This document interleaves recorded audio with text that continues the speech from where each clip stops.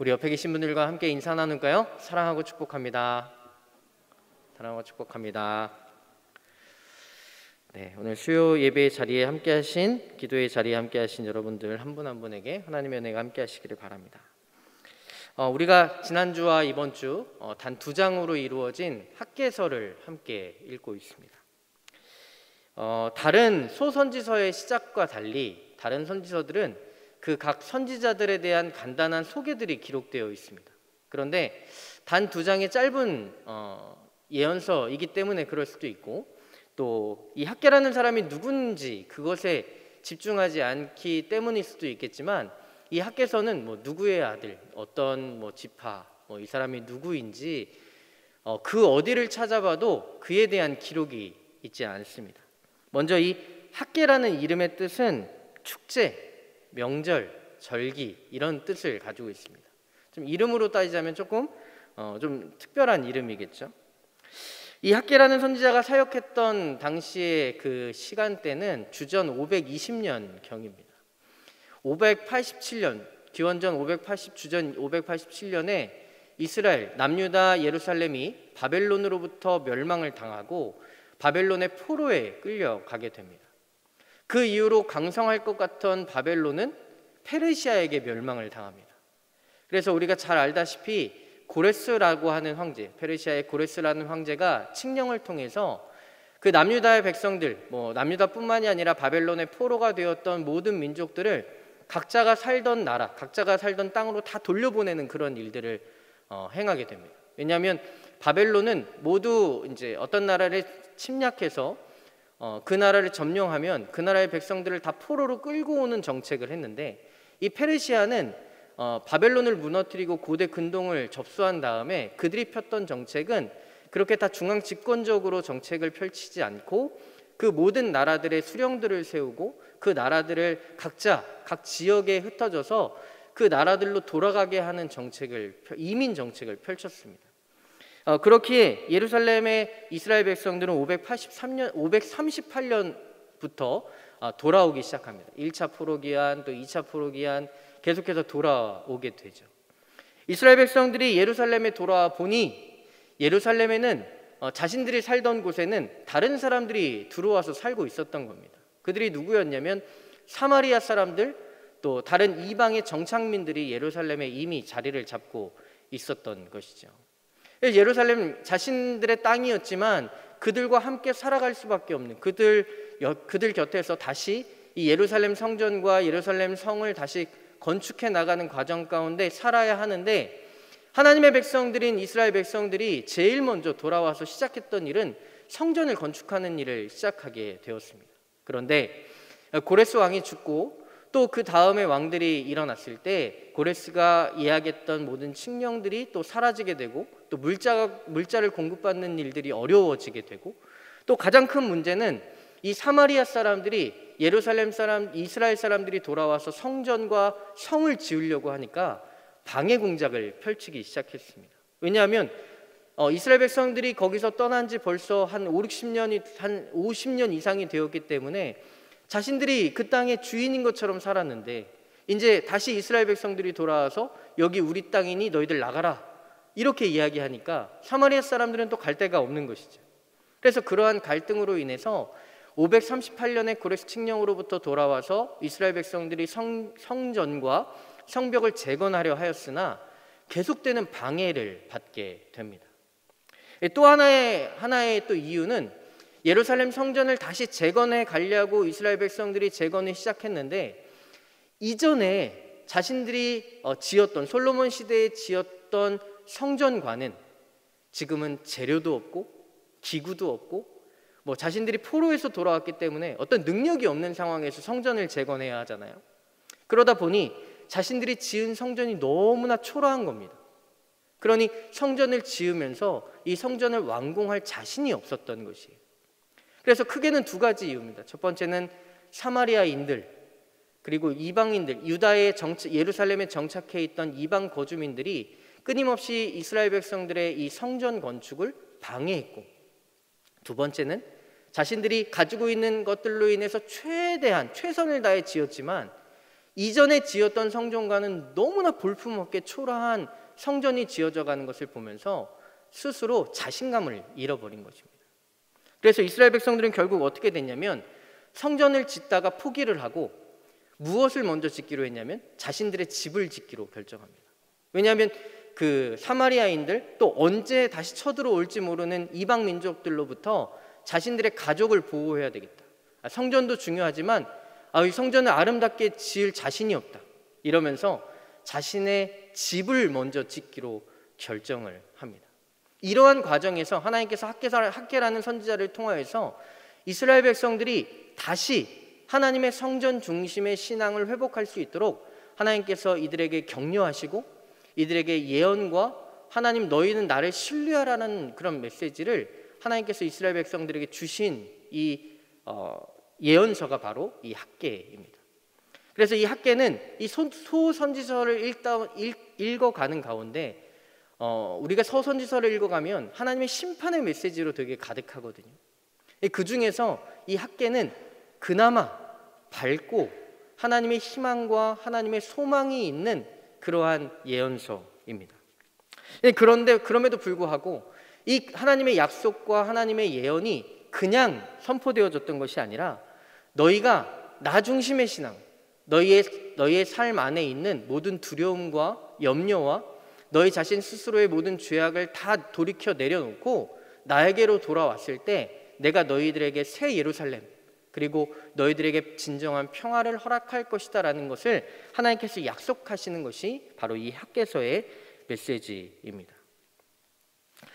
우리는 인생을 살아가다 보면 때로 어떤 일들, 그것이 공동체일 수도 있고 개인일 수도 있고 우리의 여러 가지 우리의 일상들일 수 있지만 우리는 많은 사람들을 만나는 가운데 한편으로는 공동체든 가정이든 누구든 세우고 살리는 사람을 만나기도 하고요. 또 때로는 그것을 세우기보다 무너뜨리고 상처 입히고 아프게 하는 사람들을 만나기도 합니다. 그런데 원래 처음부터 세우는 사람이었냐?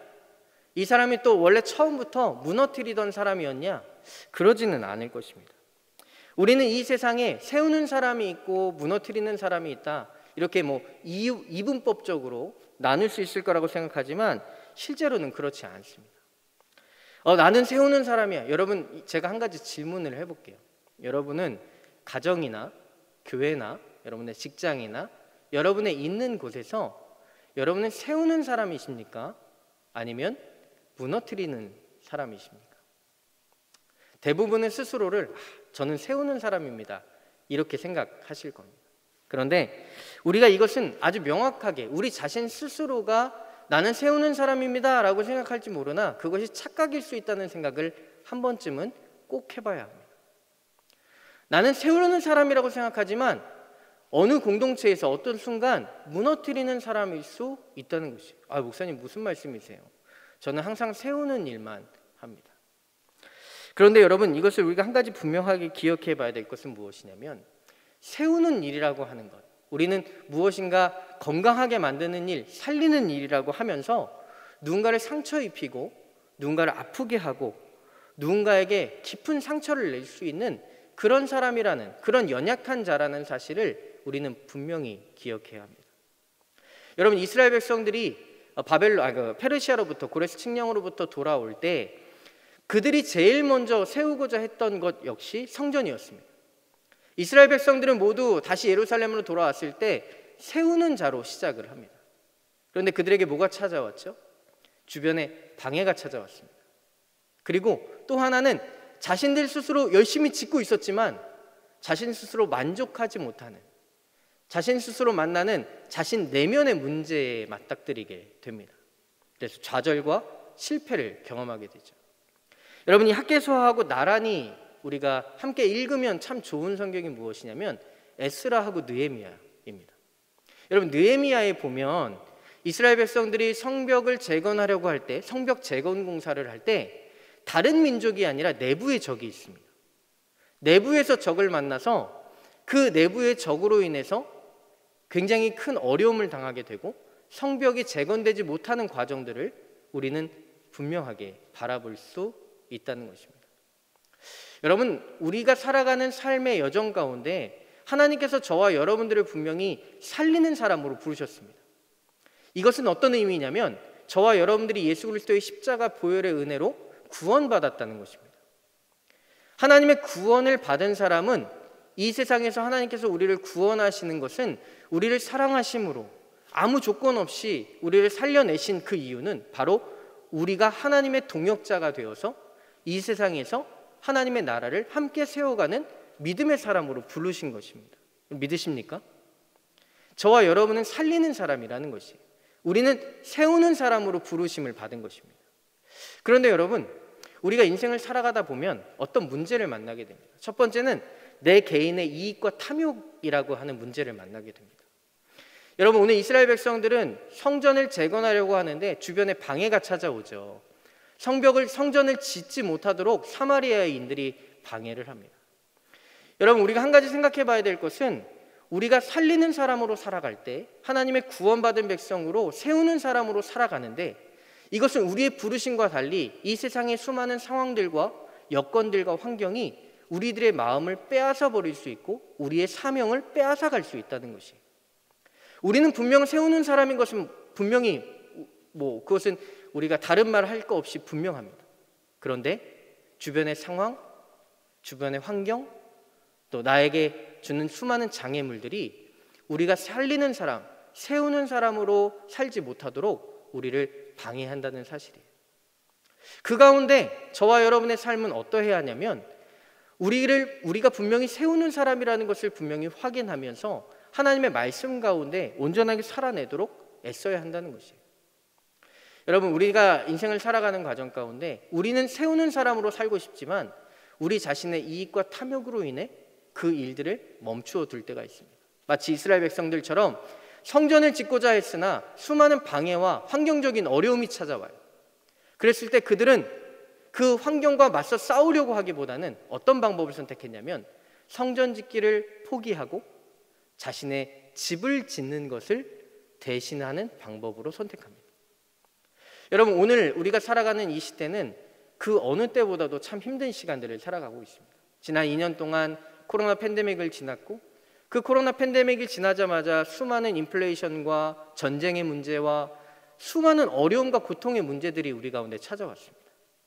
그랬을 때 인간의 가장 큰 변화가 한 가지 찾아왔는데요, 극도의 이기주의가 찾아오기 시작합니다.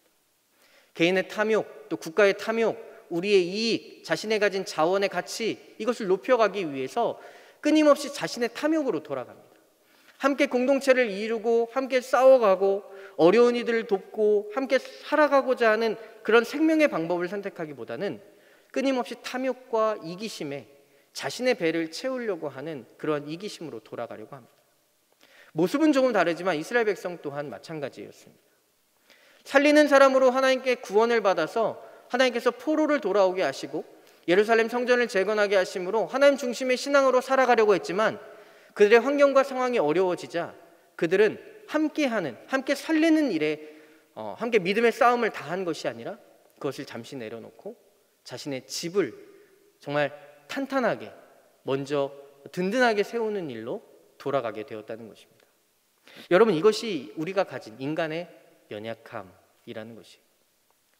세우는 사람, 살리는 사람, 하나님의 구원을 받은 사람으로 살아간다는 것은 매우 어렵습니다. 자연스럽게 당연히 되는 일이 아니라는 것이에요.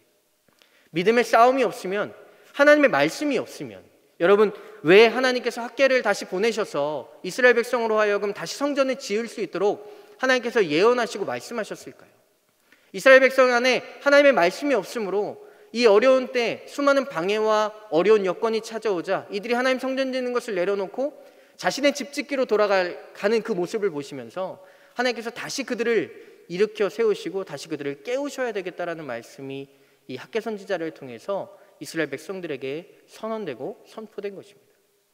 사랑하는 여러분, 저와 여러분의 삶 가운데 하나님의 말씀이 없으면 우리는 언제든 이기적이고 우리 자신의 탐욕과 만족, 이 불안함과 어려운 상황 가운데 내 자신을 지키려고 하는 그런 욕구로 언제든지 돌아갈 수 있는 사람이라는 것을 우리는 반드시 기억해야만 합니다.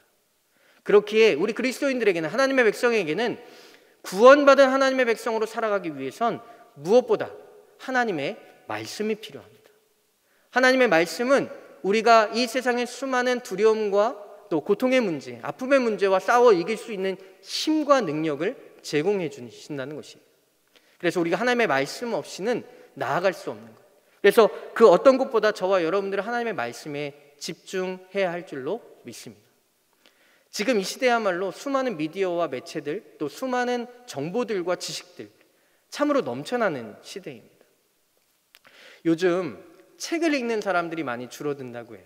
그 이유 중에 하나가 무엇이냐면 이 유튜브 채널을 통해서 수많은 정보가 제공되고 있기 때문에 책을 읽는 사람들이 점점 줄어든다고 합니다. 여러분 뭐 자녀들만 봐도 그렇겠지만 또 손녀, 손자, 손녀들 지금 뭐 한 6살, 7살, 뭐 초등학교 저학년 이런 친구들을 보면 책으로 정보를 습득하는 것보다 이 유튜브로 정보를 습득하는 양이 어마어마합니다. 그러다 보니 정보는 많지만 이 정보들 가운데 무슨 힘이 없냐면 분별해낼 수 있는 힘이 점점 떨어집니다. 여러분 유튜브 안에 얼마나 많은 거짓 정보들이 있는지 아십니까?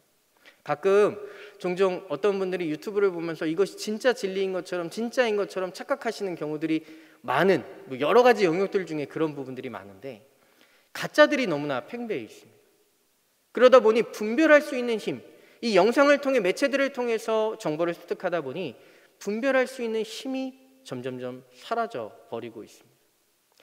사랑하는 여러분, 우리가 왜 하나님의 말씀을 읽고 우리 스스로가 하나님의 말씀으로 돌아가야 하냐면 세상의 수많은 정보와 지식과 세상의 수많은 메시지들을 분별해낼 수 있는 가장 본질적이고 가장 분별력 있는 힘이 우리 그리스도인들에게 바로 어디서부터 시작해야 되냐면 바로 하나님의 말씀에서부터 시작해야 되는 줄로 믿습니다. 이스라엘 백성들 또한 마찬가지였죠. 그들이 돌아와서 사마리아인들의 방해, 또 자신들이 지어가는 그 성전의 모습을 보면서 초라함, 이것들 가운데 흔들리는 가운데 무엇을 붙잡고 다시 이들이 일어서야 될까? 그들은 스스로 일어날 수 있는 힘이 없었습니다. 538년에 돌아와서 학개 선지자가 520년에 활동했다면 약 17년, 한 18년 정도의 공백이 있다는 것이. 그들이 성전을 지으려 했지만 무려 17년, 18년에 걸쳐서 이 성전과 성벽이 재건되어지지 않는 것을 우리는 분명하게 볼 수 있습니다. 이유는 무엇이었을까요? 이스라엘 백성 모두는 성전을 지어야겠다는 마음이 없어서 못 지었을까요? 아니에요. 이스라엘 백성은 애초부터 돌아올 때부터 성벽을 지어야겠다는 마음으로, 성전을 지어야 한다는 마음으로 돌아왔습니다. 그러나 그들 안에는 두려움이 가득 차 있었습니다. 하나님을 향한 믿음이 없어서가 아니라 그들 안에 두려움이 너무나 컸기 때문에 하나님을 향한 믿음이 작동할 수 없을 정도로 그들의 마음을 사로잡고 있었던 것입니다. 사랑하는 여러분, 우리가 일상을 살아가는 동안 우리의 두려움을 이길 수 있는 힘이 어디 있겠습니까? 그것은 바로 하나님의 말씀에 있는 줄로 믿습니다. 하나님께서는 이 학개 선지자를 통해서 이스라엘 백성들 안에 잠자고 있었던, 두려움으로 가득 차 있었던 그 말씀들, 그 모습들을 깨워 가시고 계시는 것입니다. 우리가 오늘 2장 1절에서 9절까지의 짧은 말씀을 읽었지만 여기에 반복되는 하나의 문장이 있습니다. 어떤 건지 아시겠어요? 만군의 여호와의 말이니라. 만군의 여호와의 말이니라. 너희는 두려워하지 말라. 만군의 여호와의 말이니라. 이 세상에 있는 모든 군사들, 모든 재정, 모든 보물 다 내 것이다. 만군의 여호와의 말이니라. 사랑하는 여러분, 우리는 참 혼탁한 시대를 살아가고 있습니다. 지금 이 시대를 살아가는 저와 여러분의 삶 가운데 우리에게 정말 가장 중심이 되어야 될 것은 무엇이겠습니까? 바로 만군의 여호와의 말씀인 줄로 믿습니다. 이스라엘 백성들이 또 하나 그들 마음 스스로 이 성전을 회복하지 못했던 하나의 모습이 있습니다. 그것은 무엇이냐면 자신들이 가지고 있었던 탐욕 때문입니다. 여러분, 우리의 마음 가운데 우리의 열정과 우리의 욕심, 이 사이에 이 차이는 종이장 한 장 정도의 차이일 수 있다고 생각합니다. 여러분, 그 자녀를 키워보다 보면 그런 경우가 있잖아요. 내 자녀가 정말 멋지고 아름답고 예쁘고 세상에 영향력 있는 사람으로 자라갔으면 좋겠다. 모든 부모님들이 가진 사랑의 마음일 것입니다. 그런데 종이장 한 장을 살짝 지나쳐가면 이 자녀가 내 욕심대로, 내가 원하는 대로, 내가 바라는 대로, 내가 기대한 대로 이 세상에서 내가 누군가에게 자랑할 수 있을 정도의 자녀가 되기 원하는 나의 욕심과 탐욕과 만나는 순간들이 우리 자녀의 양육 중에 그러한 욕심들을 만나게 될 때가 있다는 것이에요. 성전 중심의 신앙을 회복하고 하나님의 성전을 회복해가기 원했던 이스라엘 백성들, 그런데 그들의 열정과 그들의 순수한 마음들, 그런데 그것이 어느 순간 자신의 욕망과 탐욕과 맞닥뜨리는 순간 그들은 그 안에서 자신의 온 마음을 들여 성전을 짓는 것을 선택한 것이 아니라 성전을 내려놓는 것을 선택해버립니다. 세우는 사람이 되는 것이 아니라 한순간 무너뜨리는 사람이 되어버린다는 것이에요. 여러분, 우리가 이 교회라는 공동체를 통해서 한 가지 분명히 확인해야 될 것이 있는데, 누군가 한 사람의 탐욕이 커지게 되면 그 사람은 정말 처음에는 세우는 열정으로 시작했지만 끝은 무너뜨리는 탐욕으로 이 공동체, 또 때로는 어떤 누군가, 내 자신 스스로를 망가뜨릴 수 있는 힘으로 우리 자신을 무너뜨릴 수 있다는 것을 우리는 반드시 기억해야 합니다. 여러분, 무너뜨리는 것과 세우는 것은 양극단에서 전혀 다른 사람인 것처럼 보일 수 있겠지만 세우던 사람이 무너뜨리는 자가 될 수 있습니다. 반대로 처음에는 무너뜨리는 것처럼 보였으나 하나님의 말씀으로 온전히 회심하게 될 때 그는 하나님의 공동체를 세우는 사람으로 사용될 수 있다는 것을 기억해야 하는 것이에요. 그래서 내가 세우는 자라고 착각해서 안 되는 이유가 바로 거기 있습니다. 나는 세우는 사람이야. 나는 뭐 두말할 거 없이 나는 세우는 사람이지 라고 착각한다면 한순간 무너뜨리는 자가 될 수 있습니다. 성경은 끊임없이 역설을 이야기합니다. 여러분, 성경을 읽다 보면 이 세상의 원칙과는 좀 다른 것들을 발견합니다. 우리는 높아지려면 더 높아져야 됩니다. 그런데 성경은 뭐라고 얘기하냐면 높아지려면 더 낮아지라고 이야기합니다. 더 가지려면 내 손에서 놓으라고 이야기합니다. 나를 따라오려면 자기 십자가를 지고 따라오라고 말씀하십니다. 우리의 영적 생활은 끊임없는 역설입니다. 이 세상의 가치와 때로는 충돌을 날 수 있습니다. 세우려면 먼저 우리 자신 안에 있는 탐욕을 무너뜨려야 합니다. 우리 자신의 안에 있는 탐욕을 무너뜨리지 않으면 다른 사람을 무너뜨릴 수 있는 아주 무서운 힘을 사용할 수 있는 그런 존재가 될 수 있다는 사실을 우리는 반드시 기억해야 할 줄로 믿습니다.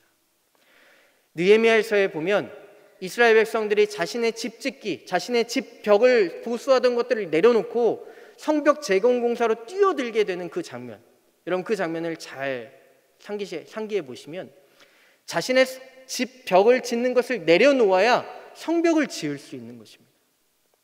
사랑하는 여러분, 우리가 하나님 나라를 함께 세워가는 믿음의 공동체원으로서, 하나님의 백성으로서, 하나님의 자녀로서 한 가지 반드시 기억해야 될 것이 있다면 내가 누리고 싶은, 내가 갖고 싶은, 내가 차지하고 싶은 나의 탐욕을 내려놓을 때 공동체를 세울 수 있는 그런 하나님의 살리는 사람이 될 수 있다는 사실을 우리는 분명히 기억해야 할 줄로 믿습니다.